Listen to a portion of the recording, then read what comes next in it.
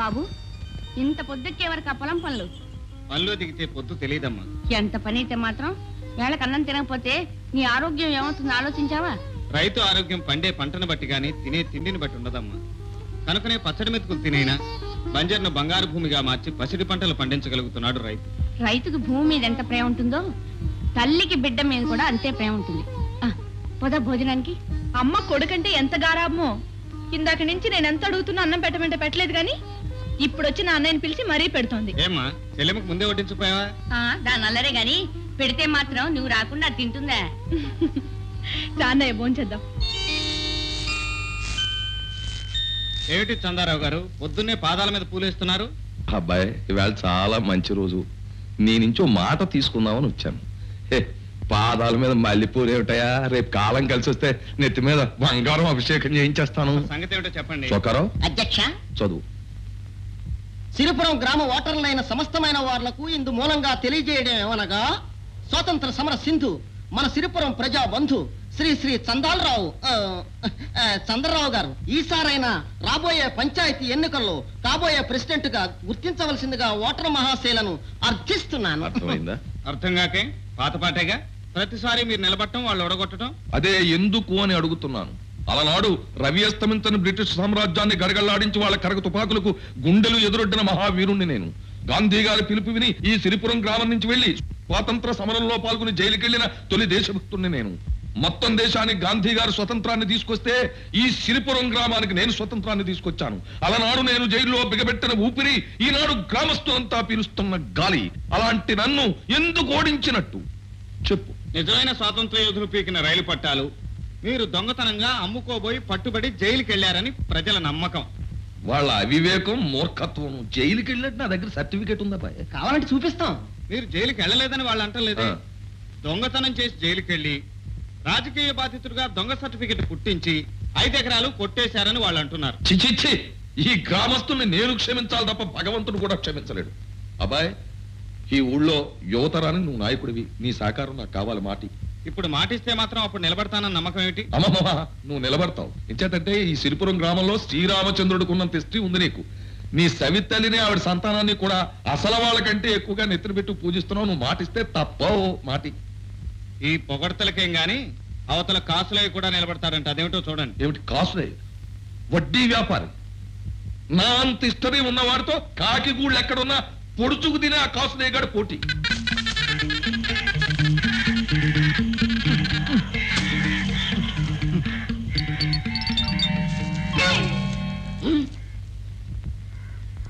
అన్నారు ఇవాళ ఇన్ని కట్టెలు పట్టుకొచ్చారేంటి? 10 కాలాల పాటు కాకులు పచ్చగా ఉండి గూళ్ళు పెట్టాలే గాని పుల్లలకేం కరువురా? కాకులేం పచ్చగా ఉండవు, నల్లగా ఉంటాయి. ఏడ్చేగానే ఇవాళ ఏం తెచ్చావురా? పేడ పట్టుకొచ్చాను, పిడకలేస్తున్నాను. ఏంటి ఈ పేడంతా నువ్వు తెచ్చిందే? 10 కాలాల పాటు పక్కింటి ఆవులు పచ్చగా ఉండాలే గాని పేడక్కర వింటానా? ఏ రోయ్, నువ్వు కూడా మాటలు మరి నీకు ఉంది కదా? నేర్చావురా? సరే గాని ఇదిగో ఆ పుల్లలు తగలబెట్టి వంట చేయి.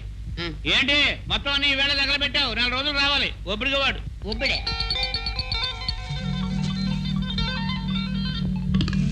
ఒక్క 100 రూపాయలు నాకు సాయం చేయించాలి తాత.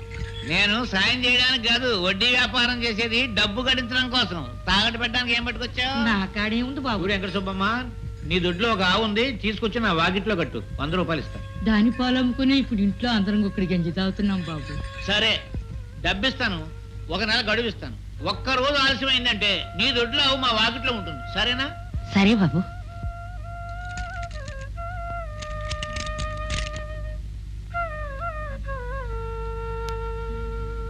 ఇదిగో 100.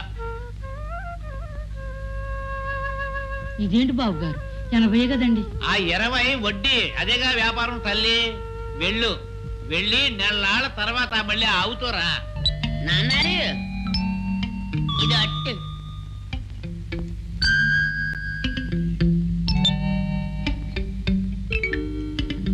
రే నాయనా, ఈ గుడ్లు ఎక్కడ కొట్టుకొచ్చావురా? నే కొట్టుకొచ్చినవి కాదు, పొలం తీసుకొచ్చారు కదా, అందులో గుడ్లుంటే అట్టేశాను. ఏమిటి కాగుడ్లతోట? కొడుగుడ్లు కావా? కాగుడ్లతో అట్టేస్తావా?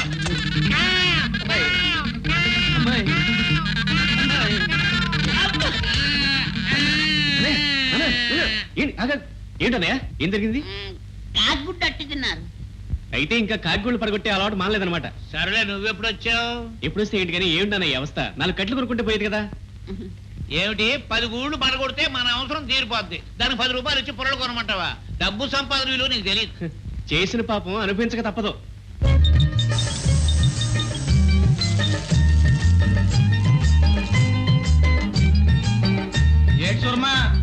రోజు రోజుకి మరి అట్లు పలచబడిపోతున్నాయి. అట్లు దారులు దారులు అలాగే మండిపోతున్నాయి. నీకు తెలవేటి అమ్మాయి రంగా డబ్బులు సరిగ్గా లెక్క తీసుకో అమ్మా. అలాగేనమ్మా. అయ్యో నమస్కారం. కూర్చోండి అయ్యా, కూర్చోండి. కూతురు శుభ్రంగా టిఫిన్ చేయండి, నాకు ఆనందంగా ఉంటుంది. అయ్యా అయ్యా తమరు ఇంకా దయచేయలేదేమో అని చూస్తున్నానండి. ఒరే చొక్కరా, నిన్న అట్లు మరీ దళసరైపోయాయి. వేళ కాస్త పలచగా 2 పెసర, 4 మినప, ఉల్లి, జీలకర్ర జాస్తి. అయ్యా అయ్యా నేనేమన్నా 4 రోజుల పాటు వ్యాపారం చేసుకోవాలా? ఎత్తున కొట్టేసి పోవాలా? ఇప్పటికే 5 తోకలో పెరిగిపోయింది మీ కాట. కాని డబ్బు చేతికి ఇవ్వలేదు. దూరమా, నా వల్ల నువ్వు ఎప్పుడు నష్టపోవు. మనకు మంచి రోజులు వస్తున్నాయి. రేపు రాబోయే ఎలక్షన్ లో నేను కాబోయే ప్రెసిడెంట్ ని. నేను ప్రెసిడెంట్ అవగానే నా తొలి కార్యక్రమం ఈ బోర్డు పీకించాను, అయ్యా అయ్యా ఈ పాక పీకించాను. బాబు వెంటనే పక్కా బిల్డింగ్ వేయించి, ఎయిర్ కండిషన్ చేయించి, సోఫాలు వేయించి, ఫ్యాన్లు వేయించి, నిన్ను క్యాష్ బాక్స్ లో కూర్చోబెట్టి నేను రిబ్బన్ కటింగ్ చేసి నీ రుణం నేను తీర్చుకుంటాను. పట్టిది అన్ని ఎలక్షన్ మాటలు. నీ పాక పీకి పందిరేసి నీ పెనం తీసుకెళ్లి సైడ్గా పడేస్తాడు ఈయన. అసలే నోర్మై, వడ్డీల రూపంలో ప్రజల ప్రాణాలని పంచదార పానకల్లా తాగేసే నువ్వు ప్రజల మనిషినైన నన్ను అంత మాట్లాడతావా? అమ్మని అమ్మ, పొద్దున్న వాటంతా ఫిలప్ అయిపోయింది. పెద్ద మనుషులంతా వచ్చారు అట్లు తినడానికి. రే అబ్బాయ్, నీ కన్న తండ్రిని ఓ పెద్ద మనిషిని ఇంకా బతికే ఉన్నాను, మర్చిపోకో. నువ్వు పొద్దునే వస్తావు నాకేం తెలుసు. ఇక స్వరమ్మ ఓ అరడేది అట్లే నేత్తే అయినా నేస్తానే. ఎంతమంది ఉన్నారు ఈ కిష్కేంద్ర, నువ్వు అక్కడే తక్కువ. నేను డబ్బులు ఇవ్వాలనుకుంటున్నావా? పోనీ మా నాన్న కూడా ఇవ్వకపోతే కాసులు అయినట్టుగా కాసులు ఇస్తాడు. ఎవరు నేనా? ఇవ్వా ఇదిగో అబ్బాయ్, ఇవాళ ఊరు నుంచి పద్మోత్సవం. కాస్త ఈ వాలకంలో కనపడ్డావంటే పెళ్లి చేసుకో సరికదా మొహం మీద ఉమ్మేస్తుంది. కాస్త మొహం శుద్ధంగా కడుక్కుని శుభ్రంగా కనపడు.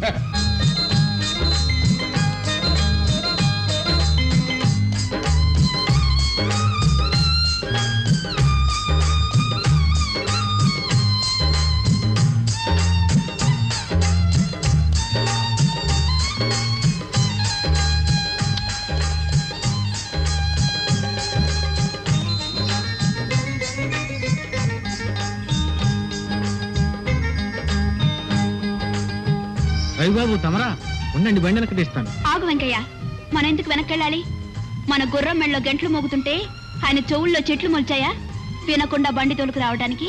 ఆవిడ గారి గుర్రం మెళ్ళలో 1 గంట ఉంటే నా జోడెడ్లకి బోలెడనే మొవలు గంటలు ఉన్నాయి. వెంకన్న, మరి ఆవిడ గారి చెవుల్లో బ్రహ్మజవులు మొలిచాయా? బాబు ఇద్దరు అయినాళ్ళు, మీ ఇద్దరికి ఏంటితా కదా, పోనీ మీరైనా వెనక్కి వెళ్ళండి. రే వెంకన్న, మన ఎద్దులకి వెనకడుగు వేసే అలవాటు లేదు. అమ్మాయి గారు, అవసరమైతే ఈ రోడ్డునైనా కొంటాను గాని నా బండిని మాత్రం వెనక్కు తీను. రోడ్డును కొనగలమేమో కానీ నన్ను నా బండిని మాత్రం కొనలేవు. ఎంత ఉన్నదానివైనా ఆడదానివని వెనకాడవలసిన దానివని గుర్తుంచుకో. నాకే హాయిగా చద్దనం తిని వచ్చాను. రోజంతా ఇక్కడే పడుకుంటాను.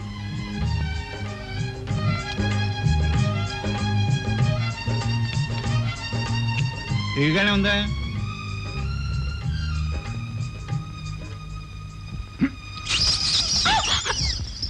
తహసీల్దార్ గారు మొహమాట పడుతున్నట్టున్నారు. వడ్డించమైన లడ్లు. చాలు చాలు చాలు. ఏమిటండి ధర్మారావు గారు, ఏదో కొత్త వాళ్ళని బలవంత పెడుతున్నట్టు పెడుతున్నారు. ఎప్పుడు వచ్చేవాళ్ళమే కదా. అలా అనకండి. ఎలక్షన్లు వచ్చినప్పుడే మనుషులకు విలువిచ్చే మహాబోట్ల తత్వం కాదు బావగారిది. ఇక అడపలో అడుగుపెట్టిన ఏ అతిథైనా సరే సుష్టుగా భోంచేయవలసిందే. అంతే కదా, ఆయన చేతికి ఎముక లేదు, ఇంటికి తలుపు లేదు. ఈ ఊరికి ఎవరు ఏ పని మీద వచ్చినా ఈ ఇంట్లో చేయికి అడిగి వెళ్ళవలసిందే. అది రూలు. ఇలా మాట్లాడటం నీకు రూలే గానీ తృప్తిగా భోంచేయి. ఇదిగో వడ్డించిందంతా ఇక్కడే భోంచేయాలి, ఇంటికి పట్టుకెళ్ళడానికి వీల్లేదు. మరి మన సందా కార్యక్రమం భోజనాలు అయ్యాక. బాబు నువ్వు కూడా వెళ్ళి భోంచే. చెప్తాం. నానా నానా, ఏమిటమ్మా, ఏమిటా హడావుడి? ఓ పొగరుబోతు దారిలో బండాపి నన్ను అల్లరి చేశాడు. అమ్మని అమ్మ, నేనుండగా నా మరదల పిల్ల అవమానించి వాడు బతడమా? వాడెవడో చెప్పు పద్మ. వాడిని నిలువునా సీల్ చేసి మన పెళ్లి భోజనానికి పుల్లలుగా ఉపయోగిస్తాను. ఏమిటి మన పిల్ల? అవును, మన చిన్ననాడే మన పెద్దవాళ్ళు నిర్ణయించిన పెళ్లి. అన్ని అవహరించావు గానీ నువ్వు చేసి ఇచ్చిన పని ఏమిటి, ఇక్కడ రావటం ఏమిటి? చంద్రం, వస్తున్నా. వాడి అవతారం చూడు. ముందు వాడి ఇక్కడి నుంచి తీసుకెళ్ళు. ఒరే అబ్బాయి, ఏంట్రా ఇది? మన ఇంటికి వెళ్దాం, పద. పెళ్లి విషయం మాట్లాడదుగా. అలాగే మాట్లాడదాం పద. పదమా, మన ఇద్దరం ఏకాంతంగా మాట్లాడుకుందాం. ఆహాహాహా. ఈ కాయలు ఈ దేశానివే కాదండి, అందుకే 10 పట్టుకుపోతున్నా. అలాగే తీసుకెళ్ళు. ఇంతకీ ఎవరమ్మా పొగరబోతు? అదే నాన్న. మన రవిబాబాయ్ గారు. ఓహోహో, మన రవి బాబా. సరే సరే, నేను ఇంకా ఎవరు అనుకున్నాను. ఆ.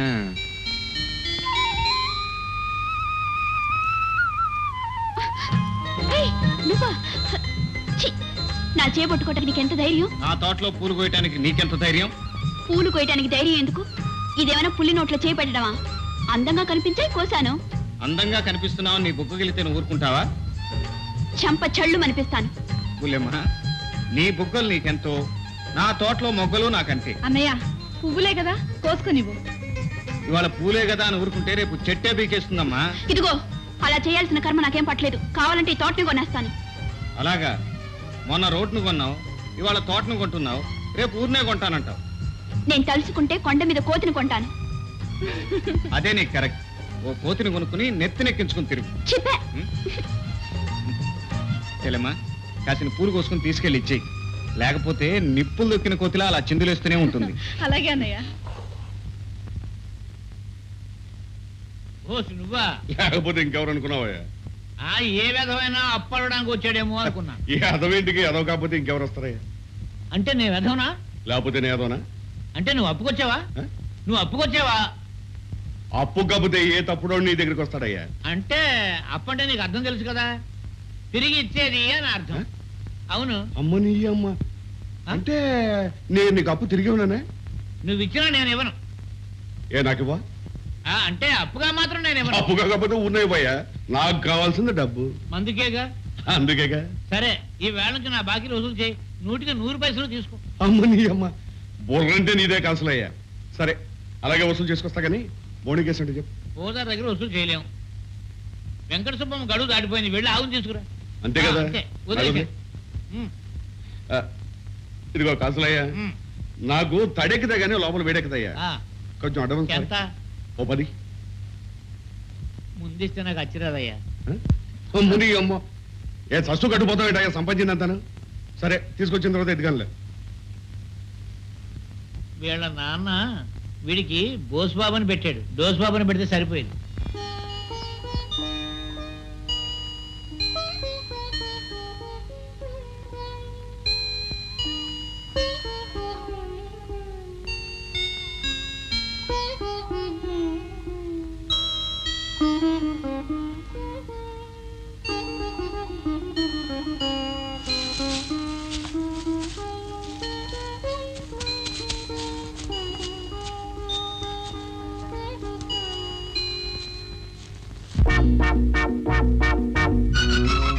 తల్లి లేని నా కూతురు బిడ్డకి ఇప్పుడు ఈ ఆవు పాలు పెట్టి బతికించుకుంటున్నాను బాబు. ఈ ఆవు లేకపోతే ఆ పసు బిడ్డ బతకదు బాబు. మీ కాలు పట్టుకుంటే బాబు, కొన్నాళ్ళు గడువు పెట్టు బాబు. ఆసులు ఇచ్చినా కూడా నేనే నా కమిషన్ పోతుంది. బాబు, వద్దు బాబు. అరే, కార్యసాధకుడు అంటే నువ్వేనయ్యా? ఆనాడు భారతంలో గోగ్రహణం చేసుకొచ్చిన దుర్యోధనుడి తమ్ముళ్ళే కనబడుతున్నావయ్యా. అమ్మ నీ అమ్మ, ఏమిటయ్యా తెగపోడేస్తున్నావు? కమిషన్ కొడదామనే? అబ్బాయి అదేం కదయ్యా, జేబులో చిల్లరలేక. నేను మార్చుకొస్తాను ఇవ్వయ్యా.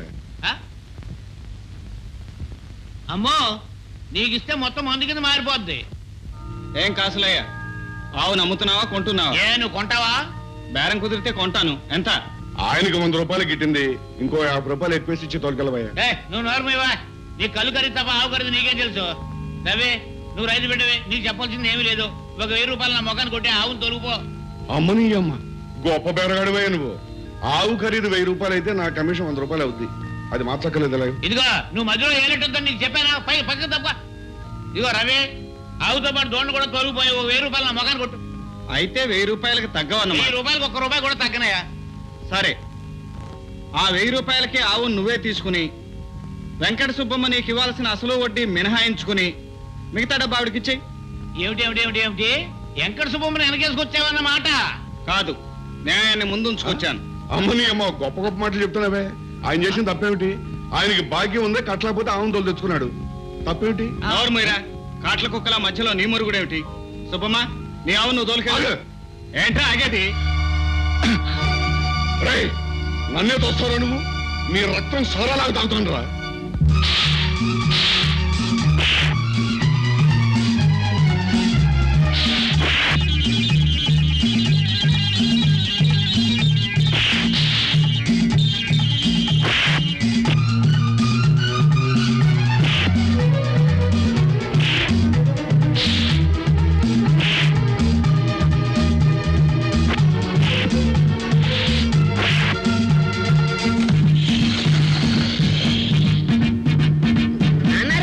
ఏంటి అలా చూస్తారేంటి?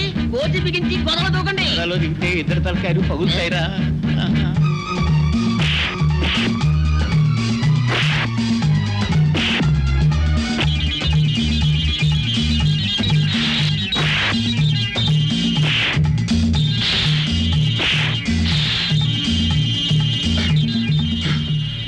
ఇప్పుడు కాదులే, మా నాన్న ప్రెసిడెంట్ అవునాయి అప్పుడు చెప్తాను ఈ పని.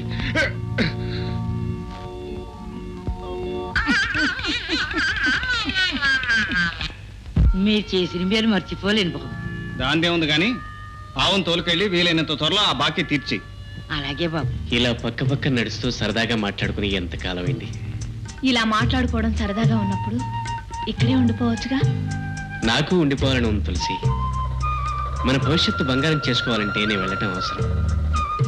చదువు పూర్తి చేసుకుని ఉద్యోగం సంపాదించుకుని మన బ్రతుకును పండించుకుందాం. మీరు ఇంకా ఎన్నాళ్ళు ఉంటున్నారు? రేపే నా ప్రయాణం. రేపేనా? అవును, లేకపోతే మనం కన్న కలలన్నీ కలలైపోతాయి. వద్దు మోహన్, నా కోసం నీ చదువు పాడు చేసుకోవద్దు. కలిసే కాలం వచ్చినప్పుడే కలుద్దాం. అది ఎంతో దూరంలో లేదు. మోహన్. చెల్లెమ్మా, చెల్లెమ్మా, వస్తున్నానన్నయ్య. నీకోసం ఏం తెచ్చానో చెప్పుకో చూద్దాం. వస్తుంది పొలం నుంచి కాదు గనక పూలయ్యుండవు. మిఠాయి. మిఠాయి తినడానికి నువ్వేమన్నా చిన్న పాపాయవా? అయితే చీర ఉంటుంది. చీర కాదమ్మా. అబ్బా, ముత్యాలహారం ఎంత బాగుందో. ఇంత ఖరీదైన నెక్లెస్ ఇప్పుడు ఎందుకు బాబు? ఇవాళ కాకపోయినా రేపైనా చేయించాల్సిందే కదమ్మా. ఉన్నప్పుడే ఒకటొకటే అమర్చుకుంటే రేపు అన్నీ ఒకేసారి కొనే భారం తగ్గుతుంది. ఆ చెల్లెల్ని అత్తవారింటికి సగౌరవంగా పంపానన్న తృప్తి నాకుంటుంది. ఒకే తల్లి కడుపున పుట్టకపోయినా నీ చెల్లి గురించి నువ్వు ఇంతగా ఆలోచిస్తున్నావు. కానీ రక్తం పంచుకు పుట్టిన దానాన్ని దాన్ని గురించి ఒక్క ఉత్తరంలోనైనా రాయడు. అమ్మా, అంటే నువ్వు కూడా నన్ను దూరంగా చూడడం కాదు బాబు. వాడు అసలు ఇల్లు, తల్లి, అన్న, చెల్లి అన్న మాట మర్చిపోయాడని నా బాధ. తన గురించి తనే ఆలోచించుకునే స్థితి రానప్పుడు ఇతరుల గురించి ఎలా ఆలోచించగలమ్మా? అయినా ఇంటికి పెద్దవాడిని నేనుండగా వాడెందుకు ఆలోచించాలి? కష్టపడి ఇంజనీర్ అయ్యాడు. రేపో మాపో ఉద్యోగం వస్తుంది. ఆ తర్వాతే తమ్ముడు మనల్ని గురించి ఆలోచించేది, ఆలోచించగలిగేది. ఎంత ఆలోచించినా ఏం చేయాలో అర్థం కావట్లేదు. ఎంత ప్రయత్నించినా ప్రతి ఆఫీసులో నో వేకెన్సీ అన్నమాట. అయితే నేను కూడా నో వేకెన్సీ చెప్పే వరకు ఇలాగే తిరుగుతారన్నమాట. రేఖ, హాస్యాన్ని కూడా మాట అనొద్దు. జీవితంలో ఏం పోగొట్టుకున్నా నిన్ను మాత్రం పోగొట్టుకోలేదు. నేను అంతేనని మీకు తెలుసుగా. కాకపోతే ఈ ఉద్యోగ ప్రయత్నంలో ఇంకా ఎన్నాళ్ళు మన పెళ్లికి వాయిదా వేస్తారు? వాయిదా వేడ నాకు మాత్రం సరదానా? కానీ మగవాడు తన కాలం మీద నిలబడగలిగినప్పుడే భర్త కాగలడు. పోనీ మా డాడీని అడిగి చూద్దాం. Hi baby. Hi daddy. నమస్కారం అండి. నమస్కారం. కూర్చో బాబు. నీ ఉద్యోగ ప్రయత్నం ఎంతవరకు వచ్చింది బాబు? చదవటం, క్లాసులు తెచ్చుకోవడం నా చేతుల్లో ఉందండి. కానీ ఉద్యోగం సంపాదించడం మాత్రం నా వల్ల కావట్లేదు. అందుకే మీ దగ్గర తీసుకొచ్చాను డాడీ. ఈ రోజుల్లో ఉద్యోగం స్త్రీ లక్షణం అన్నారు. మగవాడనేవాడు ఏదైనా వ్యాపారం చేసి విదేశీ దాకా పాకడానికి ప్రయత్నం చేయాలి. You are 100% correct dad. అందుకే హైదరాబాద్ లో నేను తవిస్తున్న గదిలో మైకా పడే వరకు పట్టుదల వదలకుండా ప్రయత్నిస్తున్నాను. విక్రమార్కుళ్ళానా? అంటే ఇంతవరకు అందులో పోసిన డబ్బు చాలక ఇంకా తవ్వించి డబ్బంతా మట్టిపాలు చేద్దాం. నో డాడీ, లాస్ట్ ఛాన్స్ గా 1 లక్ష శాంక్షన్ చేసేయండి. ఫైనల్ గా నా లక్ పరీక్షించుకుంటాను. All right, all right. ఇదే లాస్ట్ అండ్ ఫైనల్. డాడీ, అలాగే సుధాకర్ కూడా తప్పకుండా ఏర్పాటు చేస్తానమ్మా. నువ్వు అడగటం నేను కాదనటవునా? Thank you sir. ఏ పద్మ, పద్మ, ఏంటి మా పొలం వైపు వెళ్తున్నావు? మా అన్నయ్య కోసమేనా? మీ అన్నయ్య ఏమన్నా కృష్ణ పరమాత్ముడా రోజు వెళ్ళి దర్శనం చేసుకురావడానికి? మరి ఇలా ఇటెక్కడికి వెళ్తున్నావు? మీ అన్న చెల్లెలు ఏమన్నా ఈ దారిని కాంట్రాక్ట్ తీసుకున్నారా? అమ్మా, తప్పైపోయింది, క్షమించు. క్షమించాను గాని ఆ క్యారెల్ ఏముంది? గార్లు తింటావా? ఏం అక్కర్లేదు, మేము వండుకున్నాం. కావండి చూడు. అస్సరే గారెలు తీసుకుని పొలాల్లోకి వెళ్తున్నావేంటి? నేనా వనభోజనానికి? నువ్వే భోజనానికి వెళ్తున్నావో నాకు బాగా తెలుసులే. మా అన్నయ్య మాత్రం నువ్వు చేసిన గారెలు ఏం తిండు. తిండా? అలాగా, ఎందుకు తిండో నేను చూస్తాను. తినిపించడమే కాదు, నేను తెచ్చిన గారెలే చాలా బాగున్నాయని మీ అన్నయ్య చేత అనిపిస్తాను. పందెమా? పందెం. ఏది ఆ గారెలు? ఏమిటి మళ్ళీ ఇటు వచ్చావు? పూలు ఏమన్నా కోసావా? ఏ కోస్తే ఏం చేస్తావు? ఏం చేస్తానా? పూలు పెట్టుకోవడానికి వీలు లేకుండా నీ జర కోసేస్తాను. సరే, ఏదో పెద్ద ఆవిడ అడిగింది కదా బాగుంటదని నీ కోసం మీ అమ్మగారు చేసిన గారెలు తీసుకొచ్చాను. నువ్వేమో అది కోస్తాను ఇది కోస్తాను అంటున్నావు. సరే పో. అగాగు, మా అమ్మంత ప్రేమగా పంపిస్తే తిప్పి తీసుకెళ్తావా? నిన్నేమన్నా ఇటు? నేనే పెడతాను. సరే, మంచి ఆకలి మీద ఉన్నాను రాని. మీకు గారెలంటే చాలా ఇష్టమా? గారెలే కాదు, మా అమ్ముండి నువ్వు ఏవైనా సరే ఇష్టమే. ఆహా, ఒక్కొక్క చేతి మహత్యం అనుకో. మా అమ్ముడిని గారెలు ఎంత రుచిగా ఉన్నాయో చూసావా? నువ్వు కూడా తిను. ఎందుకలా నవ్వుతావు? ఇప్పుడు మీరు తినేవి మీ అమ్మగారు చేసినవి కాదు, నేను చేసింది. ఇదిగో మీ అమ్మగారు చేసిన గారెలు.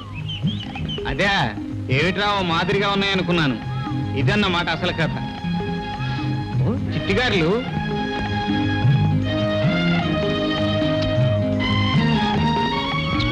ఎమరుచిగా ఉన్నాయి. నూనె ఉన్నాయి. ఎందుకు?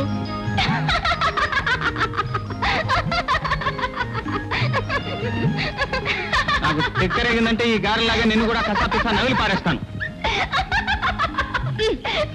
చూసావా తెలిసి పంతేలా నేనే గెలిచాను. పందెమా? అవునన్నయ్య, తను చేసిన గారెలే బాగున్నాయని నీతో అనిపిస్తానని నాతో పందెం కాసింది. ఇప్పుడు నువ్వేమో ఆవురు అని తింటూ తెగ మెచ్చేసుకుంటున్నావు. అయితే ఈ గారెలు ఈ మహాతల్లి చేసినవే. నా కూతుర్ని నీ కొడుక్కిచ్చి పెళ్లి చేయాలా? ఆ తాగుబోతు వెధవకి నా కూతుర్ని అడగడానికి నీకు నోరేలా వచ్చింది? అదేంటి